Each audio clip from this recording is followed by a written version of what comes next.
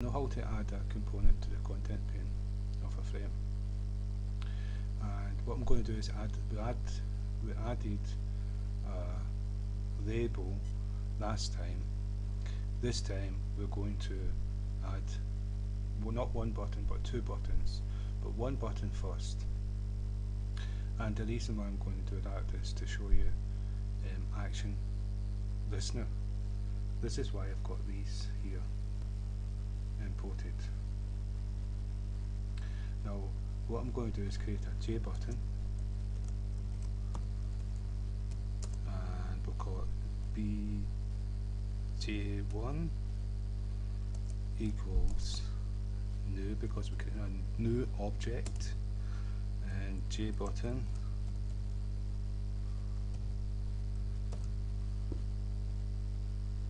and what we'll do is we'll call this first click,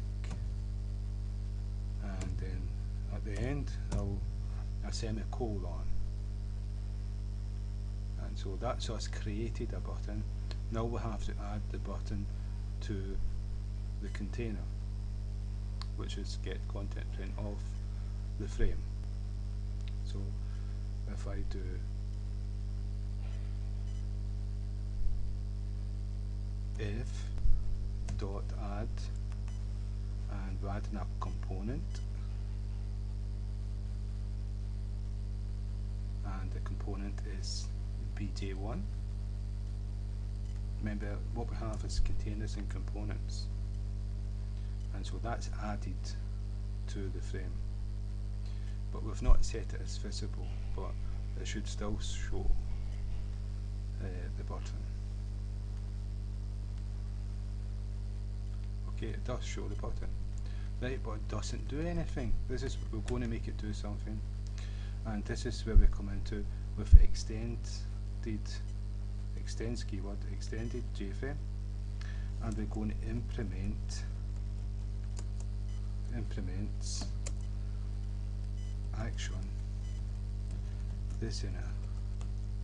Now what the action listener does is it sits and waits for an action that's called an event to happen, and we're going to add it to the button, and the button, when it's clicked, is going to execute the action listener, is going to execute the action performed, which is the method that comes with action listener, and that method is going to execute the code, and the program will do whatever that button is supposed to do by executing that code, because we can change that code to whatever we want it to be.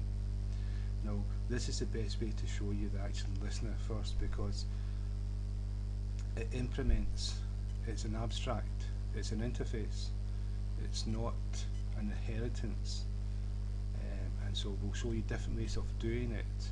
That's why we're going to do two buttons. The first one's this way, and so what we do is we implement the action performed method from this class, and if I click here it will say add unimplemented methods, and so this is action performed action E. It takes that action E. I'm sure we can change that. I'm not too sure, but we're not going to see it. And so what all we're going to do is something simple, just to show and prove. This could be complicated code to do the really powerful things.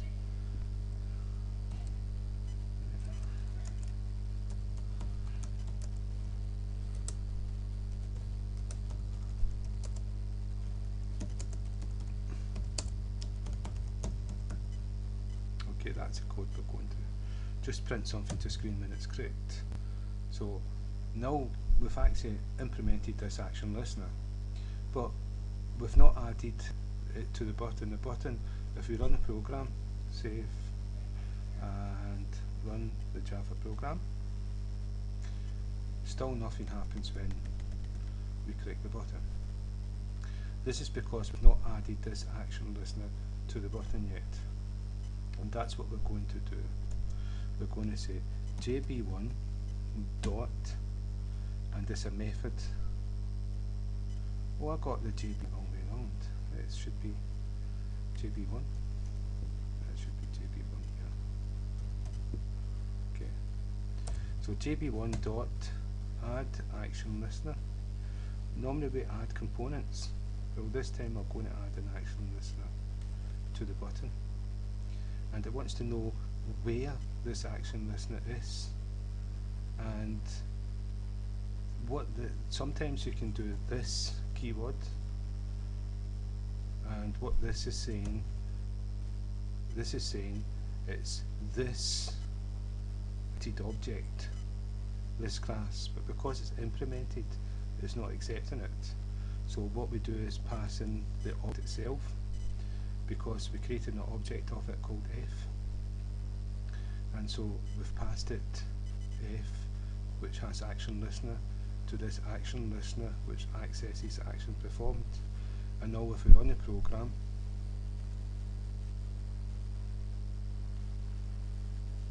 if we click the button now, I was meant to click it again but disappeared.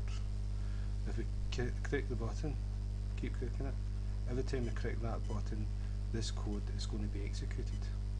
Now, that's a simple piece of code. Now, that could be something really powerful, like connect to the internet, download a remote file, decode it, extract a certain amount of information. It could be any kind of code in there you wanted, and it would be activated as soon as you click that button. But the problem is when we add another button, let's say JB, what we'll do is cut and paste this one here, and we'll call this number 2, and second click, so it's for the second button, and we're going to add the second button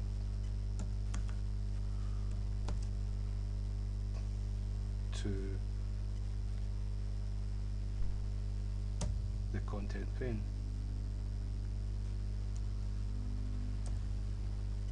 And so let's see if it works.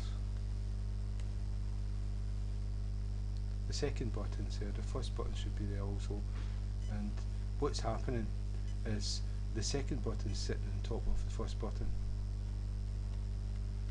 We've not added action listener to it, and it's to do with the default of the frame. So it's because it's like a border layout, both by default put into the center, and one's going on top of the other. And so what I'm going to do is I'm going to, and also we've not set the size for the buttons, but I'm going to change the default layout, and we're going to go into this in more detail later. So if I do f.set LayoutManager, and if I do new flow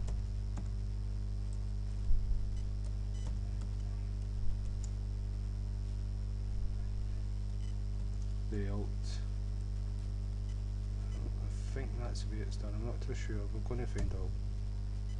It's not accepted that, and it's because we have to import.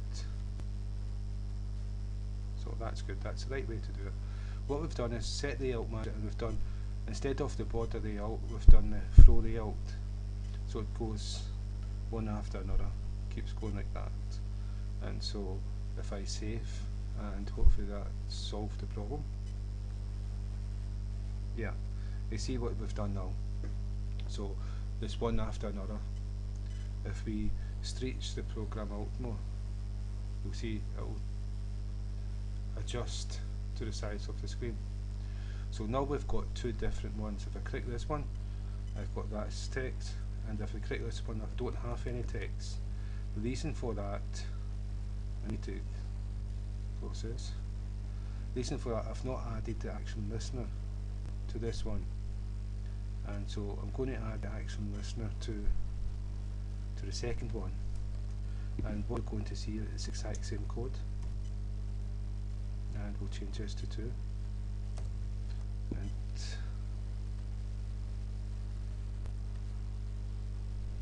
so. To be 2 is not been declared yet. Got to be X. It's got to be after it's been declared. Right.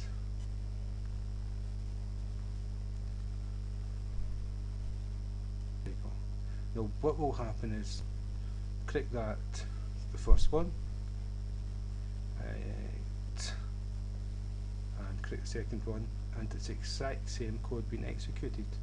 That's because they're both using the same action performed, and that's what's we've implemented ActionListener. Now, so what you have to do now is in the second one, you don't add the object. You've got to do a new ActionListener and the constructor, and then you have to implement the action performed.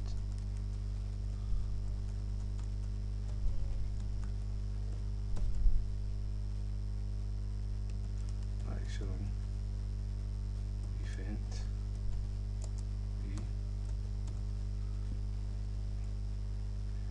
and then it's still not happy with it. Right, what I'll do is I'll come back to here, and I'll do ActionListener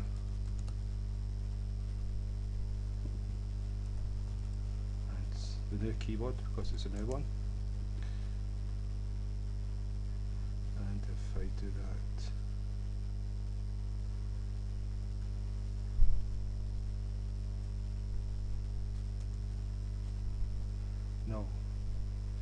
now that I've put the braces in, I'm going to be allowed to just add the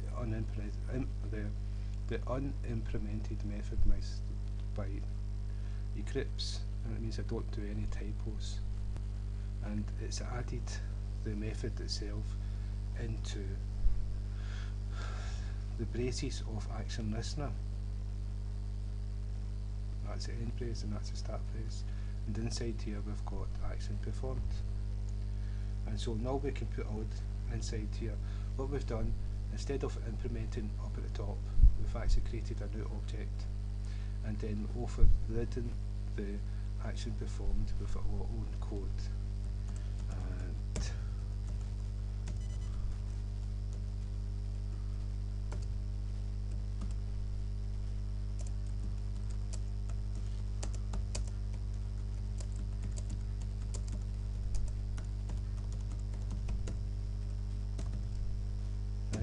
so this is a code that will be executed with the second button, and we're going to go into more detail with it, just a little bit at a time.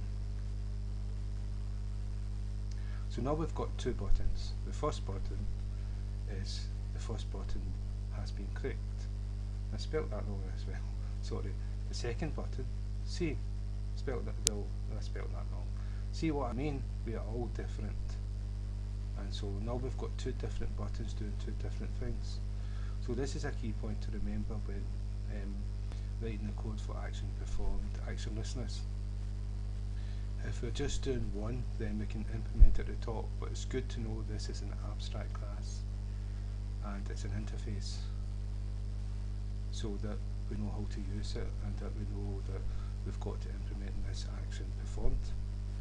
But for each individual component, we would create a new object for ourselves, and so that's why I'm showing you the two buttons.